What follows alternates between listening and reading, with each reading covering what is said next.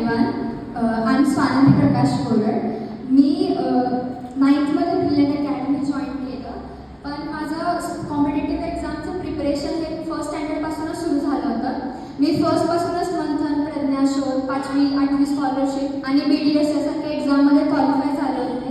यातून मला एवढं समजलं होतं की स्पर्धा परीक्षांना घाबरायचं नाही, तर त्यातच चमकायचं. आणि माझ्या आईवडिलांनी मला सांगितलं की जर या जगात तुला काही करून दाखवायचं असेल तर स्पर्धा हा मार्ग तुला स्वीकारायलाच लागेल. तर 2022-23 मध्ये पंतप्रधान नरेंद्र मोदी यांनी अशी घोषणा केली की NDA हे आत्तापासून मुलींसाठी सुरू होणार. सो मग तेव्हा जेव्हा मी ही न्यूज ऐकली त्यावेळेस मला असं वाटलं की मला पण NDA मध्ये जायचं आहे, कारण की लहानपणापासूनच मी माझ्या मामांना युनिफॉर्ममध्ये वगैरे बघितलं आहे. सो मग मला त्यांच्यापासून खूप इन्स्पिरेशन भेटलं की मला पण वर्दी हवे, मला पण डिसिप्लिन लाईफ हवे. आणि मी तेव्हाच ठरवलं की मला NDA जॉईन करायचं आहे.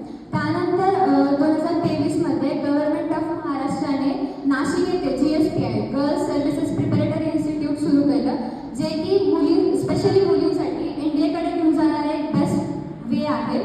तर SPI म्हणजे सर्व्हिसेस प्रिपरेटरी इन्स्टिट्यूट, जे की 1977 मध्ये बॉईजसाठी छत्रपती संभाजीनगर म्हणजे त्या टाइमचं औरंगाबाद येथे एस्टॅब्लिशमेंट झालं होतं. त्यामागे पण एक हिस्ट्री आहे की त्या काळचे जे मुख्यमंत्री होते महाराष्ट्राचे ते एकदा NDAच्या व्हिजिटला गेले. NDA पुणे खडकवासला महाराष्ट्र येथे आहे. सो त्यावेळेस त्यांना तिथं असं भारी वाटलं बघून की ह्याचं इन्फ्रास्ट्रक्चर चांगलं आहे, डिसिप्लिन आहे इथे. बट त्यांना एका गोष्टीची खंत वाटली की NDA हे महाराष्ट्रात आहे, बट महाराष्ट्र NDAमध्ये नाही आहे. म्हणजेच की महाराष्ट्रातली मुलं हे खूप कमी प्रमाणामध्ये NDAमध्ये आहेत. सो त्यांनी तेव्हाच ठरवलं की महाराष्ट्रातील मुलांचं प्रमाण वाढलं पाहिजे NDA जायसाठी. त्यामुळे त्यांनी SPI संभाजीनगर येथे एस्टॅब्लिश केलं. आणि जसं मुलींसाठी NDA सुरू झालं तसं 2023 मध्ये मुलींसाठी नाशिक येथे सुरू केलं. SPIची एक रिटर्न एक्झाम असते, entrance exam 600 मार्क्सची.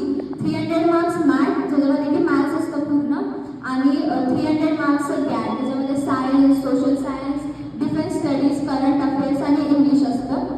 So one question 4 मार्क्सला असतं आणि ह्याच्यामध्ये पण निगेटिव्ह मार्किंग असतं. खूप सारे मुलं निगेटिव्ह मार्किंगमध्ये कॅन्सल होतात आणि ह्याच्यामध्ये लाखो हजार विद्यार्थी अप्लाय करतात, बट त्यातून फक्त 240 बॉईज इंटरव्ह्यूसाठी सिलेक्शन आणि फक्त 120 गर्ल्सचं इंटरव्ह्यूसाठी सिलेक्शन होतं.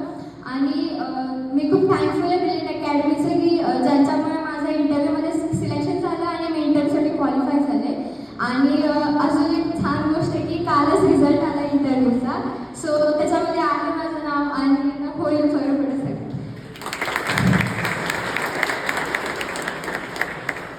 आणि ब्रिलियंट अकॅडमी हे फक्त फिजिक्स, केमिस्ट्री, मॅथ्स, बायो यासारखे सब्जेक्ट शिकवत नाही, तर इथं डिसिप्लिन, कॉन्फिडन्स आणि पेशन्स शिकवलं जातं.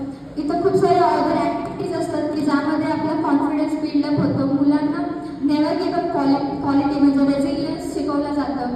आणि सोबतच फक्त कॉम्पिटेटिव्ह एक्झाम्स नाही तर आमचं 10th बोर्डचं पण खूप चांगलं प्रिपरेशन पाटील मॅम यांनी करून घेतलेलं. त्यांचं प्लॅन एकदम नेक्स्ट लेवल आहे की त्यांनी आमचं 7 revision test 7 sets of revision test घेतलेले, प्लस 7 प्रिलियम्स पण घेतलेले, म्हणजे जेणेकरून आम्हाला समजलं पाहिजे की आता हा क्वेश्चन पुढे आला तर त्याला टॅकल कसं करायचं. यामध्ये पाटील मॅडम यांनी खूप चांगलं प्लॅनिंग केलं, प्लस टीचर्सने पण खूप सारे एफर्ट्स घेतले. त्याबद्दल मी त्यांची खूप थँकफुल आहे. आणि माझा इंटरव्ह्यू 24 एप्रिलला होता. सो मी 23rdलाच औरंगाबादमध्ये संभाजीनगरमध्ये होते. तर मी त्या नाईटला एक मूवी बघितलेला कारगिल गर्ल म्हणजे सक्सेना. तर त्यातून मला इतकंसं मला